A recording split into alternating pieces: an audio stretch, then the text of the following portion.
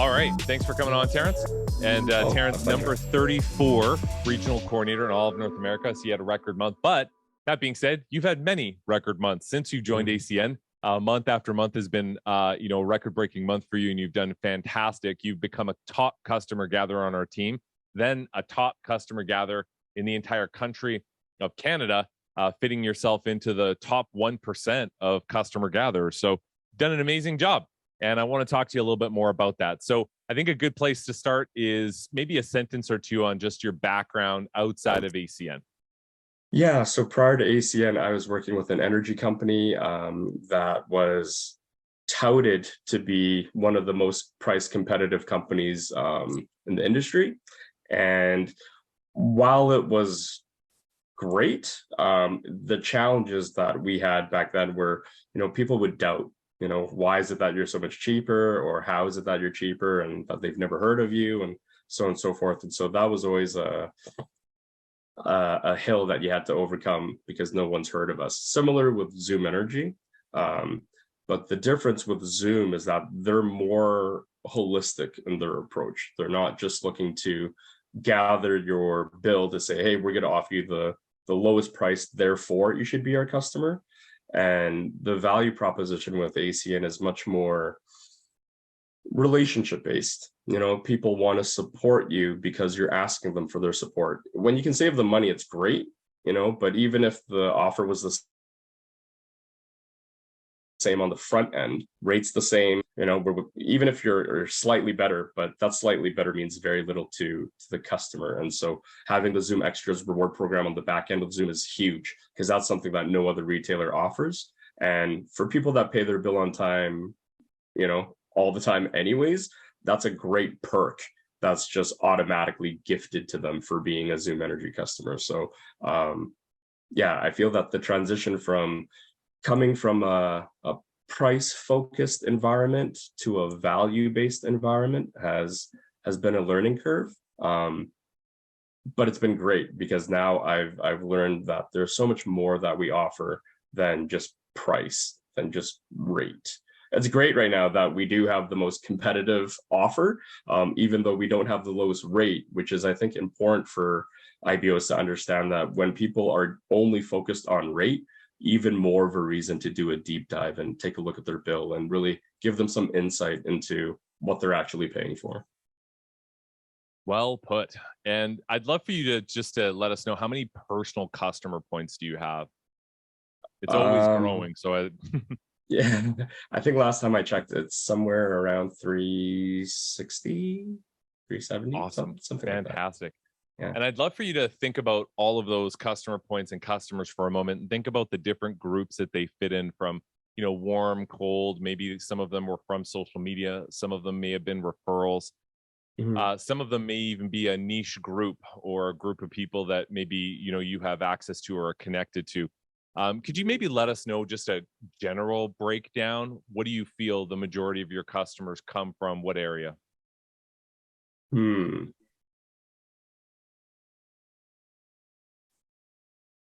That's a great question. I think if I really broke it down, the majority of my referrals come from BNI. So I've been a part of BNI for a handful of years, built some pretty good relationships. Therefore, they're comfortable referring to me.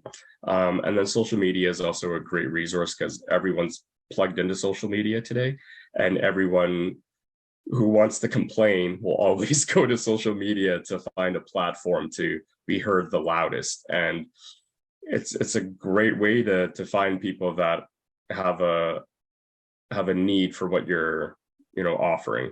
And so that's been a great way. And then just your existing customers, that I think is probably your most powerful way of having a never-ending lead generation system, is through your own existing customers, because they already like you enough to become your customer. Chances are, if you ask them, if you don't ask, they won't even know that you require this from them. If you think that, oh, well, if they like me enough, they'll refer automatically, not true. But if you just ask, right? Like, hey, thank you for being my customer. Love you guys. Appreciate you guys. Would love to service, your entire family, all your friends, your entire neighborhood.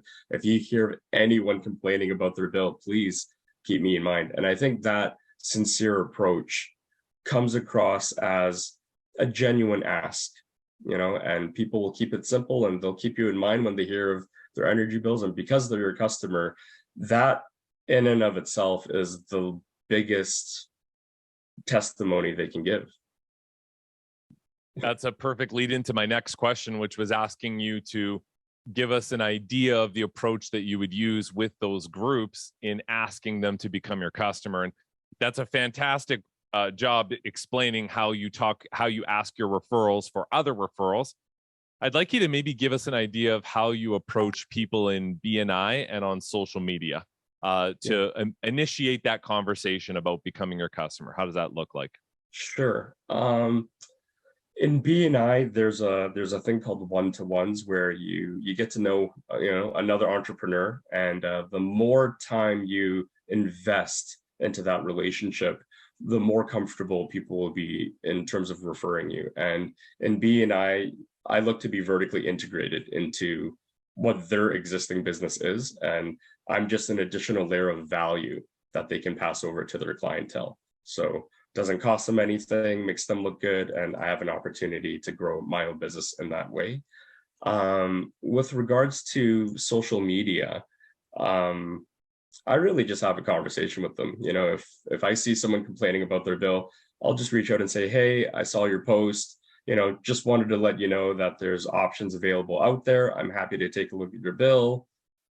And then for the most part, people are like, yeah, maybe, I don't know you. But if you tell them, like, feel free to blank out any personal information, then they have nothing to lose. And I think when you give them an option where they have nothing to lose, but something to gain, then they're more likely to give you that opportunity to at least look at their bill.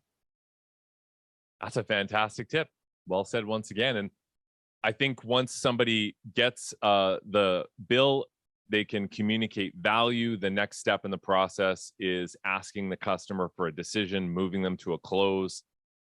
What are some of the techniques you use in helping the customer move towards a decision and collecting that decision? Math.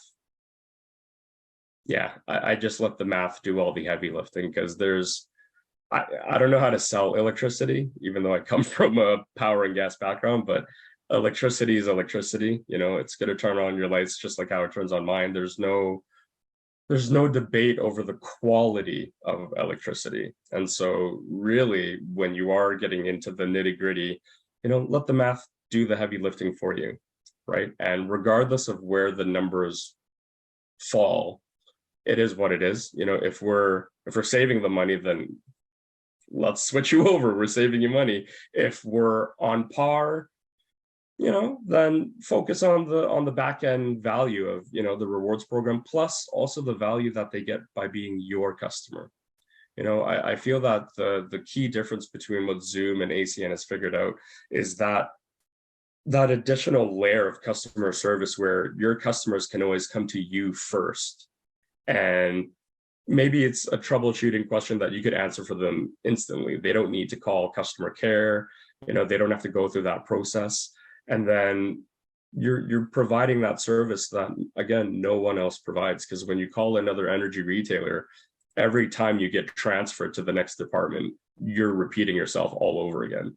And that is the customer experience hellhole that everybody actively tries to avoid, because they know that's how every company treats their customers. So providing that additional layer of value, even when you might even be more expensive, quite frankly, but people are looking for that more than they are simply what they're going to save. So every customer will be different. Some will be very price conscientious. Some will be more value conscientious. The beautiful thing is we can provide both. I want to focus in on when you're having that closing conversation with the customer, what kind of language you use in asking them to be your customer, and if any resources are provided to the customer, how do you provide those? Are you the type of person that likes paper documents or physical documents, links? Do you like to do that in person on your cell phone? What does that look like? It's usually either in person or over Zoom. Because in person, obviously, can't really beat that. But Zoom's the next best thing because you can still screen share. So all important information that you need them to see, you can, share it right on the screen, and they can see exactly what you're trying to pinpoint and focus for them. In terms of language of, when we go through the numbers, they see it. If there's a pause, I'll generally ask them, like, do you have any questions? Just to clear the air. And if they're like, nope, no questions, then coming from a sales background, I've been trained to always assume the close. So you just assume that they want to be your customer. And then I just ask them, like, hey, if you don't have any questions, I can help you get set up right now. It'll take about 5 minutes. And then I shut up, because they'll let me know at that point whether if they will accept my offer to help them get enrolled and simplify that process. And I find that whenever someone asks for my link and they want to do it themselves, I actively avoid that, because I know when a customer doesn't know where to go, what to click, and they feel frustrated in any capacity, they'll just disengage.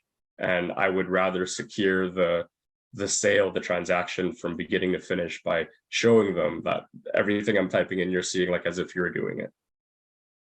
So I think you described the philosophy properly of a close, which is just making sure that every step of the way is handled and managed. Because just as you said, if there's any friction in the experience, the customer disengages. So that's a fantastic tip. Now, when at the end, when you're closing and collecting a decision, when you ask a direct question, like, are you ready to get started right now? Some people say yes. Other times you're hit with some objections, like, I need more information. I need to talk to my spouse. I'm too busy at the moment, or a number of other things. How do you handle objections? I go with the flow. If they need to talk to their spouse, perfect. Let's reschedule and let's all three of us sit down this time. Because when you're talking to one spouse and not the other, that's a very typical move that a married couple will use their partner as a shield to be like, well, I can't make any decisions right now. I have to consult my partner. I get it. I appreciate that. I'm married as well. I would love if my wife consulted me before making, serious decisions. Why don't we schedule an appointment where all three of us can sit down and then we can answer all of your questions? And it's really because that's the best environment you can secure 100% close, when you have both decision makers on the call and you're putting them through the exact same process. So now when they're at the end of it, they can't say, well, we need to ask the other party. You've already given them that courtesy to do so. And for the most part, I feel that if you respect people, their decision, their time, and you don't come across as pushy, most of the times people like dealing with people like that. And again, they're buying into you more so than Zoom Energy, a company that they've never heard of before.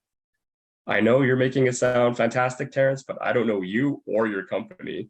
Why should I trust you? And that has always been the baseline for when I deal with customers, is accepting that that is the reality that we're faced in, is that they don't know me.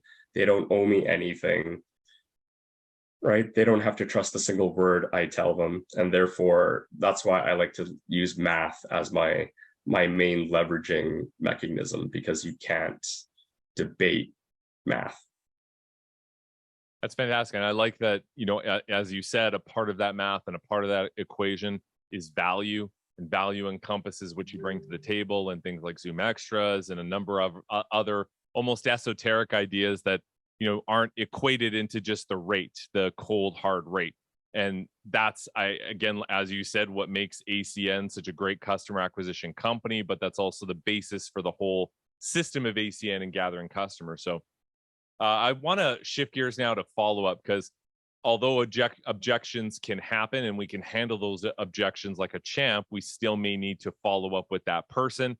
And everybody has a different way of tracking who they need to follow up with and when. So are you more of a digital person or a paper person?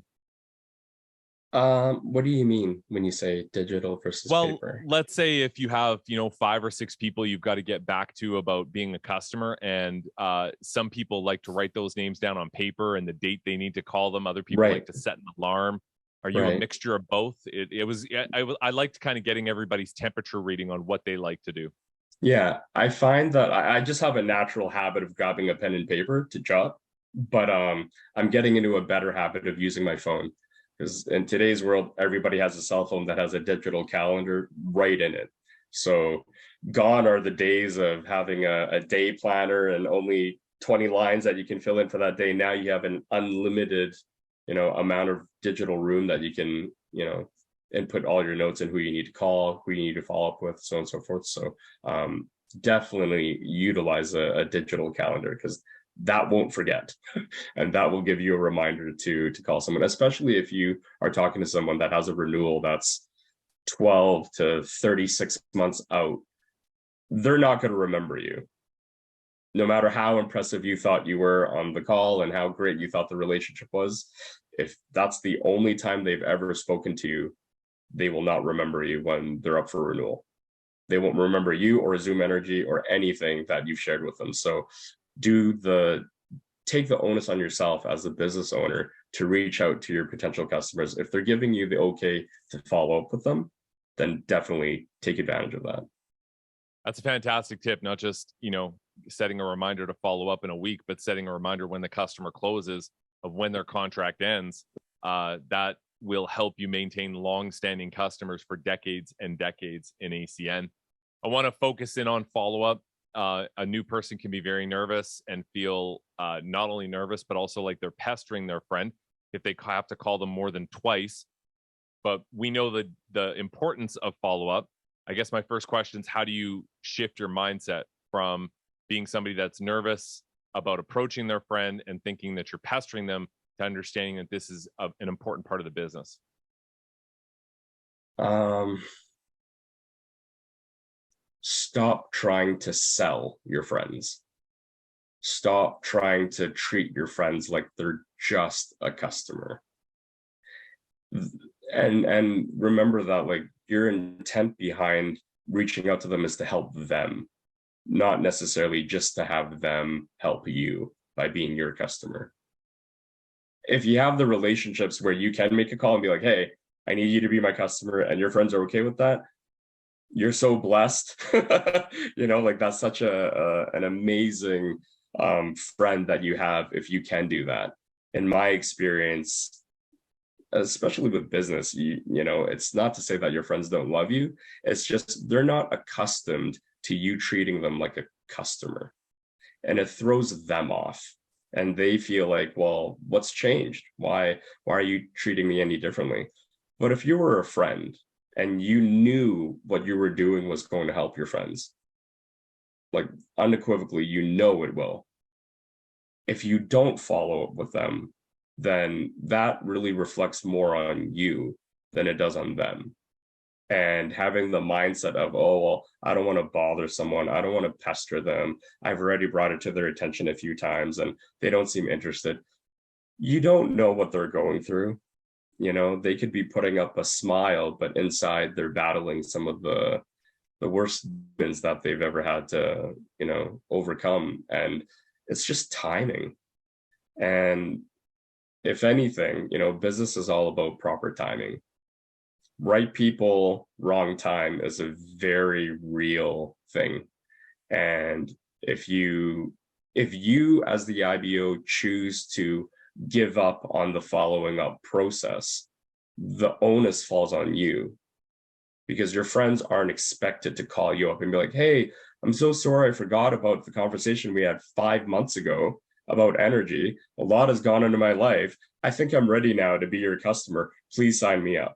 If that ever happens to you, please let Dom know so we can make a video of it. So we just have record of it. Because in all the years that I've been in business, I've never, well, not never, I shouldn't say never, but it's super rare that someone thinks enough of you to remember you months down the road to want to reach out and pick up where they left the conversation. 99.99999 times out of 100, you need to reach out to them, or else you were just a distant memory. All that effort that you put in was just a distant memory. So you've proven that you follow up well because of how many customers you have. I want to focus even further in on the language that you use. Let's say I'm thinking of a brand new person who's nervous to do this or follow up. At the end of a call, how do you, what kind of language do you use to let that person know that you will be following up? And then at the point at which you do follow up, what kind of language do you use when you open that call and you make that initial call back following up with them? How does that sound? I mean, when I ask people if it's okay for me to touch base with them, I just ask them, hey, when's the best time for you for us to follow up? And if they are lackadaisical about the response, like they're like, oh, I don't know, whatever, then they're giving you the permission to ask them, like, okay, so can I call you next Friday? Like, you give them a time now, because they've already told you that they don't care when you call. So again, you have to pick up on that and remember that, like, if someone says they don't care, that means anytime. So how about in a few days? And if it's not a good time, they'll let you know. If they need more time, they'll let you know. And then when you follow up with them, just try to pick up where you left off. Hey, how's it been? How's the last week for you? What's cooking? Try to be a human before you be an IBO. People will respect you a lot more because you're respecting them as just a person. They don't feel like you're just here to capture their bill and then poof, gone the next moment. So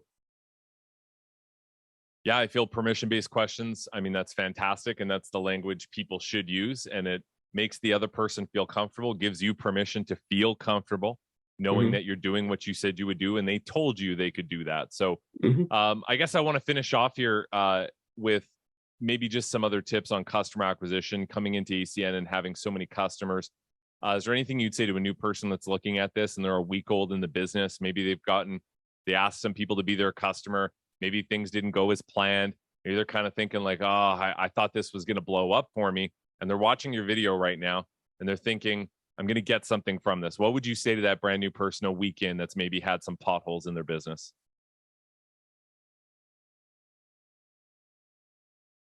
Reach out to your upline, because without having full context of what was said, what happened, how did the approach start, all of that is relevant information that the new IBO needs to be aware of.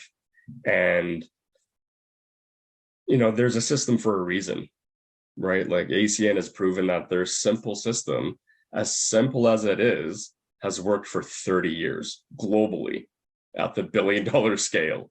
So obviously they fine-tuned it to the point where it works.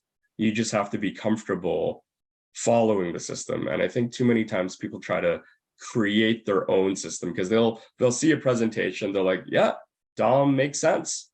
Power's power, yeah. And then they try to sell their friends and instead of share with their friends. And so I feel that whenever a new IBO has any challenges, any hiccups, anything, good, bad, share it with your upline, because you may be doing something that is working really well that we can share with the rest of the team, right? I'm not going to say that ACN system is absolute, perfect, flawless. There's no room for improvement, but it's pretty close. It's pretty hard to add to ACN's formula without making it not work as well as it already does. And so for anyone that's brand new, if you're having challenges, just understand that ACN's new to you. You may have a master's degree or a PhD in your normal line of work, but if ACN's new to you, then be willing to open up yourself to learn how other people have done it, because there's a reason why everyone thinks this is easy when they see other people that are proficient at doing it, because they're simply following a simple system. But to the new person, they don't know the difference. They can't differentiate between, doing this is actually, way off from the ACN system versus staying tight in the pocket, even though it's not your normal lingo of talk, but, through all the training, you'll learn. Like ACN has their base system, and then you'll learn from people like you and Jordana, Presley, who we're going to have as a guest speaker tomorrow. People at all different levels will have different approaches, but when you hear it enough times, you realize that if you have a really good relationship with someone, maybe you don't have to sound so cookie cutter. Maybe you can just be your authentic self. If you're talking to someone who you have zero rapport with, maybe try to be as formal and polite as you possibly can, right? But staying within the system is the only reason why I was invited to even share today, Dom. So I'm really grateful that ACN has figured out that, business isn't just about price and numbers, but relationships. And yeah, even for someone who may be new to the country, thinking, I have no network, I don't know anybody, you're in a fantastic position, because everybody you're about to meet has the potential to be your new best friend. Right? So, and then if people are looking at this video and they're like, well, I don't need to meet new people, I have thousands of people in my Rolodex. What are you waiting for? Get together with your upline, put together a game plan, figure out what works for your schedule, and then fit ACN into it. The beautiful thing is you can do this in the afternoon, in the morning, late at night, any day of the week, anywhere that you have an internet connection and a phone. So really, the excuses should be zero for anybody that wants to be successful in ACN. If they're willing to humble their ego and learn from people that have done it before them and follow that simple recipe, it's literally rinse, wash, repeat over and over and over again.